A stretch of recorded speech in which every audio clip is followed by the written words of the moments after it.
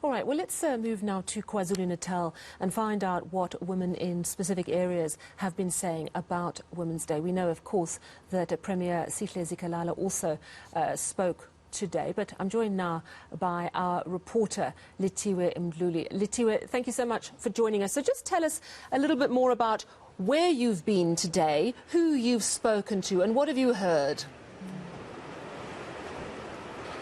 Good afternoon, Sally. So today we went to an area called Mkoba in the south coast of the province, where the Premier of the province, Sihle Zikalala, was going to address some of the community members and the different political parties that were present during the Women's Day commemoration.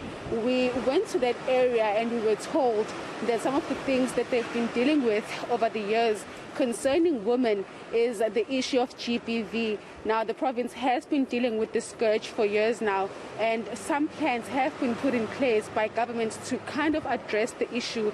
But the main focus on today's event was the issue of GBV and also empowering women. Now, I did speak to a few leaders from different political parties who are women about the issue of GBV in the province, and this is what they had to say. Justice system of South Africa is letting down. The police are doing their job very well, but the justice system is not doing right. When a perpetrator is arrested, killing a woman, maybe 2 or 3, that person is going to get 5 years and maybe 2,000 bail. But the other one, when a person was found drunk driving, then that person is going to be arrested and jailed maybe for 10 years. The justice system does not balance their sentences. We are saying no bail for people who have killed women, who have raped women, who have abused women. We want those people to rot in jail. We want a life sentence, not lesser than that. But the justice system in Gauteng, they are doing something different. In KZN, they are doing something different. If they can have a uniform approach when it comes to gender-based violence, we'll be satisfied as women. And Lethiwe, what did the Premier have to say today? Well, Sally, one of the things that the Premier did highlight is that government is trying to work and find plans to fight GBV and also to empower women.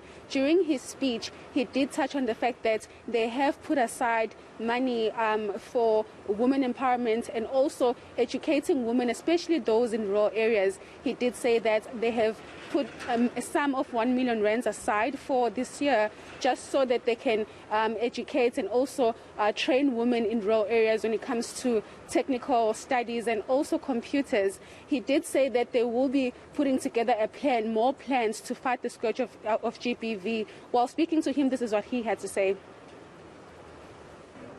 If we are to realize what we are called for, to fight for women's rights, we must be focused on the issue of women's self-development, especially through education. But we must also fight against gender-based violence. And that's why through the social cohesion and moral regeneration, we're rolling out a very intensive program to build Ubuntu, the values of Ubuntu, but more than that, to ensure that we fight against women abuse, where families will see women being abused, but they will keep quiet. We must deal with the culture of Uktwala, and that is one thing that is crime, not a culture.